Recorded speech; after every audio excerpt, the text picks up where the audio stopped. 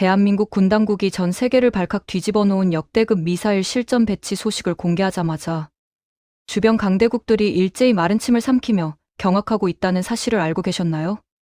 국방부에서 전한 짧은 발표 하나가 동북아시아는 물론 전 세계 강대국들을 완전히 공포에 빠뜨리는 일이 벌어졌습니다. 다름 아니라 괴물이라는 별명으로 전 세계 군사 전문가들의 찬사를 한몸에 받고 있는 현무호 미사일이 드디어 본격적인 실전 배치에 들어갔다는 경이로운 소식 때문이었는데요. 탄두 무게만 무려 8톤에 달하는 이 무지막지한 무기는 핵무기가 아님에도 불구하고 웬만한 전술 핵무기와 맞먹는 엄청난 파괴력을 자랑하기 때문에 존재 자체만으로도 주변국들에게 거대한 압박으로 다가갈 수밖에 없습니다. 그런데 정작 러시아나 중국 같은 나라들이 속으로 진짜 식은땀을 흘리며 긴장하게 된 배경은 이미 세상에 공개되어 있는 현무호 때문이 아니었습니다. 아직 실물조차 단 한 번도 공식 선상에 나타나지 않은 오직 이름으로만 존재하는 두 가지 차세대 무기인 현무6과 현무7의 개발 소식이 흘러나왔기 때문입니다. 아직 눈앞에 나타나지도 않은 미사일의 이름 두 개만으로도 주변 강대국들의 복잡한 군사적 계산기를 완전히 흔들어 놓기 시작한 셈입니다. 도대체 이 새로운 무기들의 정체가 무엇이기에 주변국들이 이토록 민감하게 반응하고 신경을 곤두세우는지 그 속사정을 아주 낱낱이 들여다볼 필요가 있습니다. 한국 군 당국이 현무호를 실전에 배치했다는 공식 발표를 내놓은 지 채 몇 달도 지나지 않은 시점이었습니다. 군 내부와 방산업계 주변에서 흘러나온 이야기는 단순히 기존 무기의 배치를 넘어선 훨씬 더 파격적이고 충격적인 내용을 담고 있었습니다. 이미 내부적으로는 현무6과 현무7이라는 이름의 차세대 미사일 개발 작업이 상당한 궤도에 올라와 있다는 소문이 돌기 시작한 것입니다. 더 흥미로운 사실은 이 극비에 가까운 차세대 미사일의 존재 가능성을 대외적으로 넌지시 흘린 인물이 다름 아닌 국방부 장관이었다는 점입니다. 본격적인 이야기에 앞서 일단 기준점이 되는 현무호가 어떤 무기인지 정확히 짚고 넘어갈 필요가 있습니다. 이 미사일은 탄두의 무게가 8톤에 이르는데 보통 전 세계에서 쓰이는 일반적인 탄도, 미사일의 탄두, 무게가 대개 1톤 미만이라는 점을 감안하면 무려 8배가 넘는 압도적인 중량입니다. 재래식 탄도. 미사일 중에서는 세계 최고 수준의 파괴력을 가진 셈입니다. 미국의 주요 언론들조차 이를 두고 괴물 미사일이라는 강렬한 표현을 쓰며 찬사를 보냈고 핵무기를 보유하지 않은 한국이 만들어낼 수 있는 최고의 대안이자 전술 핵무기에 필적하는 유일무이한 무기라는 평가를 내렸습니다. 이 미사일은 발사된 후 우주의 가장자리인 외기권까지 높이 솟구쳤다가 낙하할 때는 마하 10이 넘는 가공할 속도로 수직으로 꽂히듯 떨어집니다. 이 엄청난 운동 에너지를 바탕으로 지하 100m가 넘는 깊은 곳에 단단한 콘크리트로 지어진 벙커나 요새까지 통째로 파괴할 수 있도록 설계되었습니다. 그야말로 적의 지휘부가 숨어있는 지하, 요새를 정확히 겨냥한 치명적인 한방이라고 할 수 있습니다. 중국이나 러시아가 자랑하는 수많은 지하 방어, 기지들이 한순간에 무용지물이 될 수 있다는 팩트 앞에 그들은 밤잠을 설치며 두려워할 수밖에 없는 상황인 것이죠. 하지만 한국의 미사일 개발 계획이 여기서 마침표를 찍었다면 세계가 이토록 긴장하지는 않았을 것입니다. 현무호는 최종 목적지가 아니라 더 거대한 진화를 향한 출발선에 불과했던 셈입니다. 국내의 주요 언론 보도들을 종합해보면 군 당국은 현무호의 성공을 발판 삼아 완전히 새로운 개념의 차세대 미사일 체계를 동시에 구축해 나가고 있습니다. 그것이 바로 현무6과 현무7인데 이 두 무장 체계의 가장 핵심적인 특징은 서로 전혀 다른 방향을 향해 독자적으로 진화하고 있다는 점입니다. 하나의 갈래는 지금보다 훨씬 더 먼 거리를 날아가는 것에 집중하고 있으며 다른 하나의 갈래는 그 누구도 따라잡을 수 없을 만큼 빠르고 은밀하게 침투하는 기술을 지향합니다. 똑같은 현무라는 가문의 이름을 이어받았지만 각자가 전장에서 수행해야 할 목표와 노림수는 완전히 상반되어 있는 셈입니다. 먼저 현무6의 개발 방향을 살펴보면 이 무기는 철저하게 사거리를 극대화하는 사거리 확장형 미사일로 알려져 있습니다. 앞서 말씀드린 현무호가 8톤이라는 무지막지한 탄두. 무게를 확보하는 과정에서 어쩔 수 없이 사거리를 300km 안팎으로 양보해야 했다면 현무6는 정확히 그 반대의 길을 걷습니다. 탄두의 무게를 적절한 수준으로 줄여 가볍게 만드는 대신 비행거리를 수천 킬로미터 급으로 대폭 늘리는 전략입니다.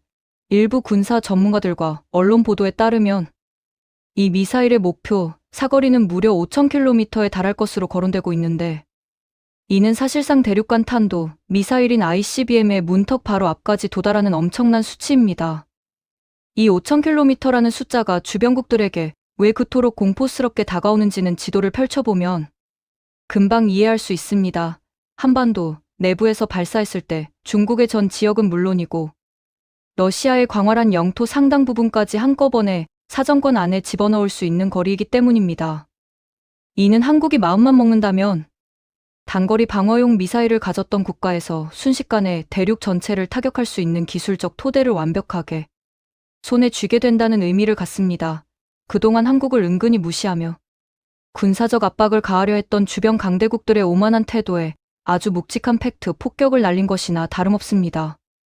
이 때문에 주변의 강대국들이 한국의 공식 발표가 나오기도 전에 먼저 민감하게 반응하기 시작했습니다. 러시아의 국영 매체인 TASS 통신은 러시아 과학 아카데미 소속의 권위 있는 연구원의 말을 인용하면서 한국이 이미 기술적으로는 수천 킬로미터 급의 미사일을 언제든 쏘아 올릴 수 있는 충분한 역량을 확보한 상태로 판정하고 있다고 보도했습니다. 무기가 실제로 공장에서 찍혀 나와 군대에 배치되었는가 여부를 떠나서 한국이라는 나라가 결심만 하면 그러한 전략 무기를 언제든 현실화할 수 있다는 사실, 그 자체만으로도 이미 주변국들에게 강력한 군사적 억제력으로 작동하기 시작한 것입니다. 미사일의 실물을 보여주지 않았음에도 상대방이 먼저 계산기를 두드려보며 방어 전략을 수정해야 하는 상황. 이것이 바로 현무용라는 이름이 가진 보이지 않는 힘이라고 볼 수 있습니다.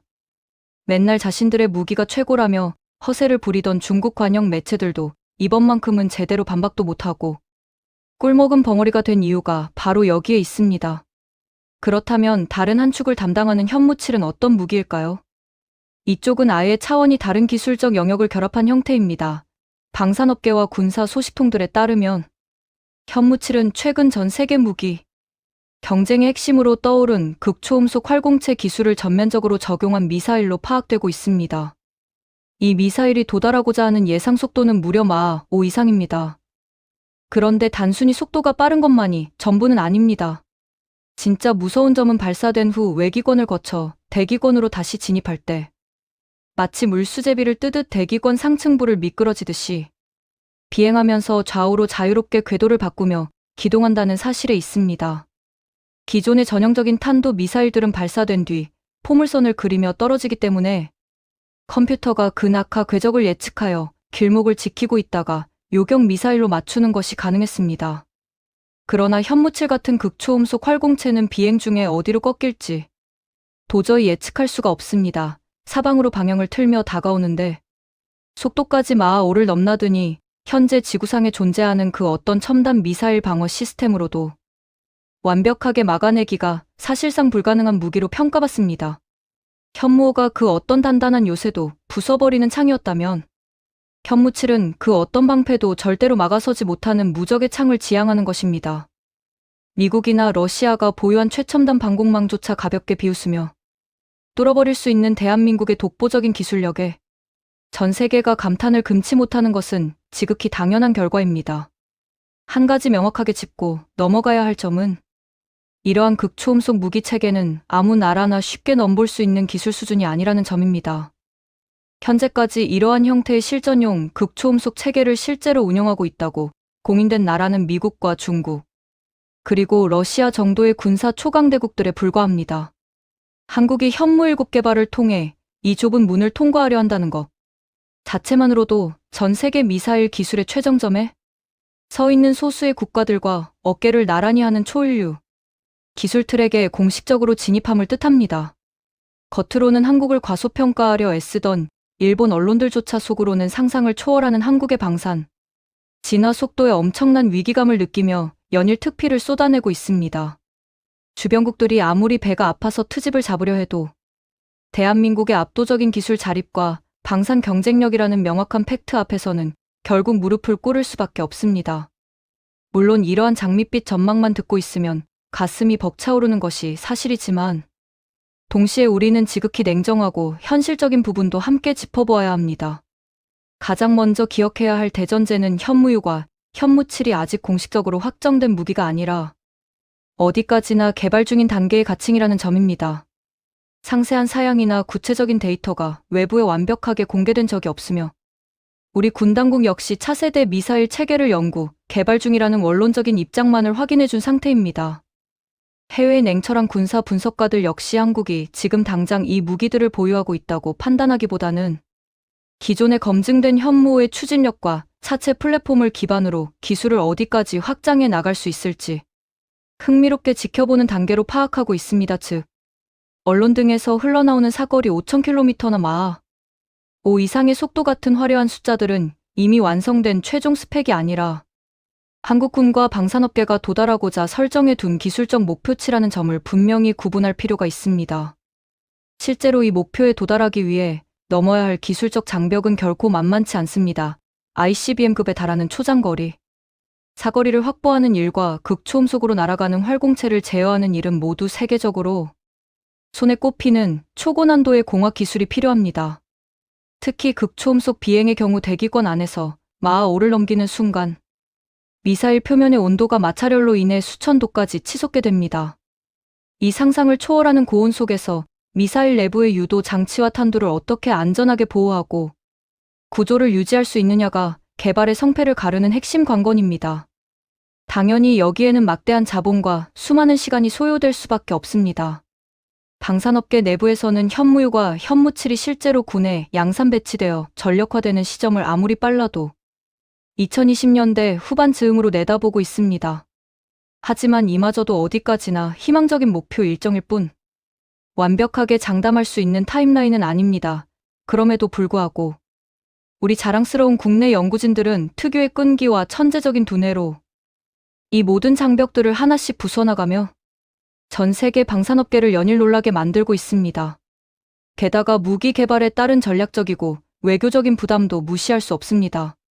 사거리를 대륙간 탄도 미사일 급으로 늘리는 순간 그 무기는 더 이상 한반도 내부나 북한만을 겨냥한 무기로 해석되지 않습니다. 중국과 러시아 같은 주변 강대국들의 심장부가 직접적으로 사정권에 들어가기 때문에 이들의 거센 반발과 외교적 마찰을 감당해야 합니다. 아울러 오랜 동맹 관계인 미국과의 미사일, 정책 및 전략적 균형을 조율하는 과정 역시 매우 까다롭고 복잡해질 수밖에 없습니다. 군사적으로 더 크고 강력한 무기를 만들어내는 기술적 성취와 그 무기를 국제, 정치 무대에서 외교적으로 매끄럽게 관리하고 감당해내는 것은 완전히 차원이 다른 영역의 문제입니다. 하지만 우리의 대한민국이 어떤 나라입니까? 이 모든 외교적 압박과 견제를 지혜롭게 극복해내며 당당하게 세계 무대 중심에 우뚝 서지 않았습니까? 그럼에도 불구하고 한국이 이 험난한 길을 멈추지 않고 꿋꿋하게 걸어가고 있는 데는 그만한 이유와 치밀한 전략적 셈법이 밑바탕에 깔려 있습니다. 이 거대한 도약의 결정적인 발판이 마련된 때는 바로 2021년이었습니다. 당시 오랜 기간 한국의 발목을 잡고 있던 한미 미사일 지침이 완전히 종료되면서 한국은 미사일을 개발할 때 적용받던 사거리 제한과 탄두, 중량의 모든 족쇄로부터 마침내 완벽하게 해방되었습니다. 수십 년 동안 우리의 상상력과 기술력을 가두어 두었던 강력한 제약이 단숨에 사라진 것입니다.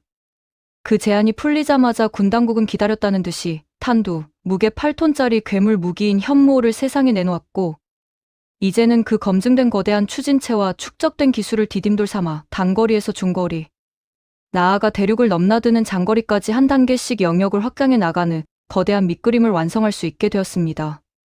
현무5라는 안정적이고 신뢰성 높은 기본 플랫폼이 든든하게 받쳐주고 있기에 그 위에서 현무6과 현무7이라는 새로운 진화의 가지들이 사방으로 뻗어나갈 수 있는 구조가 만들어진 셈입니다. 그동안 한국의 손발을 묶어놓고 안심하던 주변국들은 이제 족쇄 풀린 호랑이가 된 대한민국의 무서운 포효 앞에 벌벌 떨 수밖에 없는 처지가 되었습니다. 이 계획의 규모와 상징성 또한 엄청납니다. 우리 군은 현무5를 비롯한 차세대 미사일들을 결합하여 수백 기 규모에 달하는 압도적인 고위력 미사일 전력을 비축할 계획을 세우고 있는 것으로 전해집니다. 과거 국방부 장관은 한 언론과의 인터뷰를 통해 이러한 고위력 미사일 약 15기에서 20기가량이 하나의 목표물에 동시에 쏟아질 경우 전문가들의 정밀한 분석 결과 실제로 핵무기가 폭발하는 것 이상의 엄청난 파괴 효과를 낼 수 있다고 언급한 바 있습니다.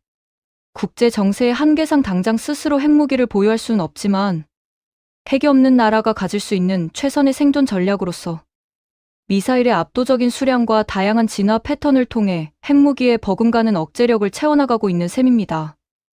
이것이야말로 전 세계 어디서도 찾아볼 수 없는 가장 독창적이고 스마트한 자주국방의 승리라고 볼 수 있습니다. 상황을 요약해보면 이렇습니다. 현무호는 한국이 오랜 인내 끝에 만들어낸 가장 묵직하고 강력한 주먹이었습니다. 하지만 그 강력한 주먹을 한번 내지른 직후에 안주하지 않고 한국은 곧바로 훨씬 더 멀리 뻗어나갈 수 있는 긴 팔과 그 누구도 피할 수 없을 만큼 빠른 손을 동시에 준비하기 시작한 것입니다. 현무6가 물리적인 거리의 한계를 지워버리는 역할을 맡았다면 현무7은 상대방의 요격 시스템이 가진 기술적 한계를 비웃으며 지워버리는 방향으로 움직이고 있습니다. 전 세계의 냉철한 군사 분석가들이 진짜 소름돋아하며 주목하는 지점은 단순히 미사일 한 발이 가진 세부 스펙이나 화려한 숫자가 아닙니다.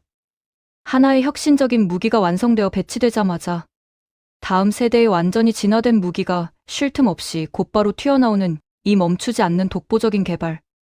리듬 그 자체에 경악하고 있는 것입니다.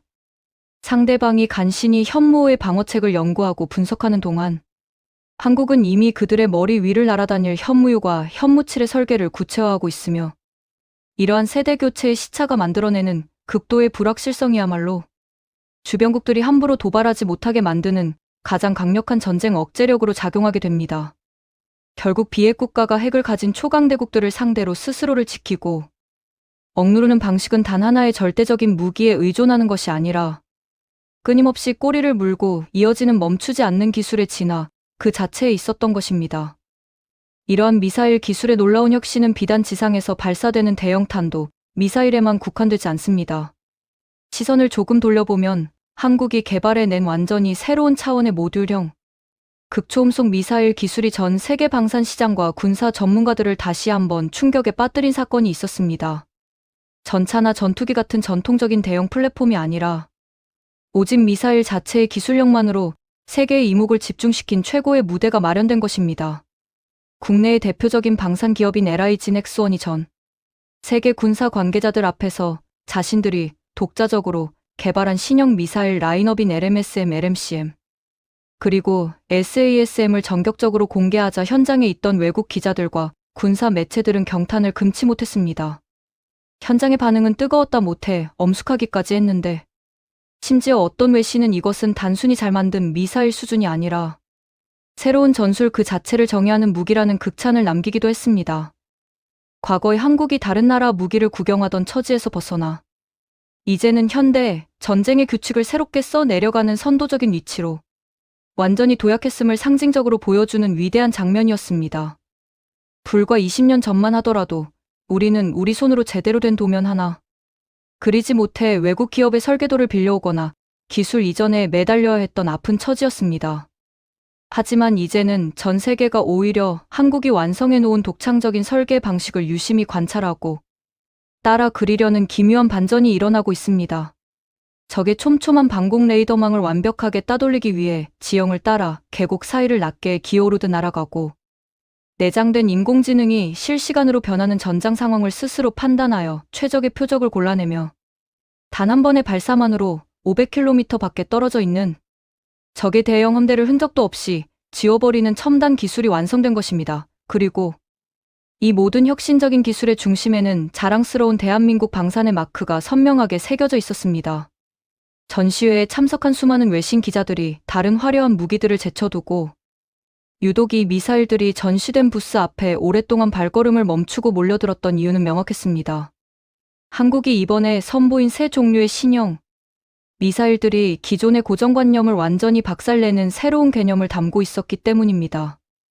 이 세 가지 무기는 우리가 지금까지 흔히 보아왔던 예컨대 공중에서 지상만 공격하거나 혹은 군함에서 다른 군함만 상대하는 식의 단 한 가지 고정된 임무만 수행하도록 태어난 둔한 무기들이 아니었습니다. 비행기 날개 미치든 거친 파도가 치는 군함에 발사되든 아니면 지상의 이동식 차량이든 상관없이 그 어떤 환경에서도 자유롭게 쏘아 올릴 수 있으며 하나의 공통된 기본 플랫폼을 공유하면서도 전장의 다양한 표적들을 동시다발적으로 정밀 타격할 수 있는 다재다능한 무적이었습니다. 외신의 군사 전문 매체들은 이 획기적인 특징을 앞다투어 지면에 옮겨 적었습니다. 미국의 유명 방산 매체인 디펜스 뉴스는 LIG 넥스1의 이번 신형 미사일 시리즈를 두고 완벽하게 모듈화된 스마트 전장 시스템을 구현함으로써 인류가 지금까지 수십 년 동안 유지해 온 전통적인 미사일의 정의와 개념을 뿌리째 뒤흔들어 놓은 혁명적인 무기라고 집중 보도했습니다. 아시아의 정세를 다루는 니케이. 아시아 역시 한국의 미사일 기술이 이제 단순한 철강과 화약의 단계를 넘어서서 고도화된 소프트웨어 중심의 지능형 무기 단계로 완벽하게 진입했다고 심도 있게 분석했습니다. 아무리 부인하려 해도 한국 방산이 세계 최고 수준이라는 팩트는 이제 바꿀 수 없는 진실이 된 것입니다. 재밌게 보셨다면 구독과 좋아요, 알림 설정 부탁드립니다.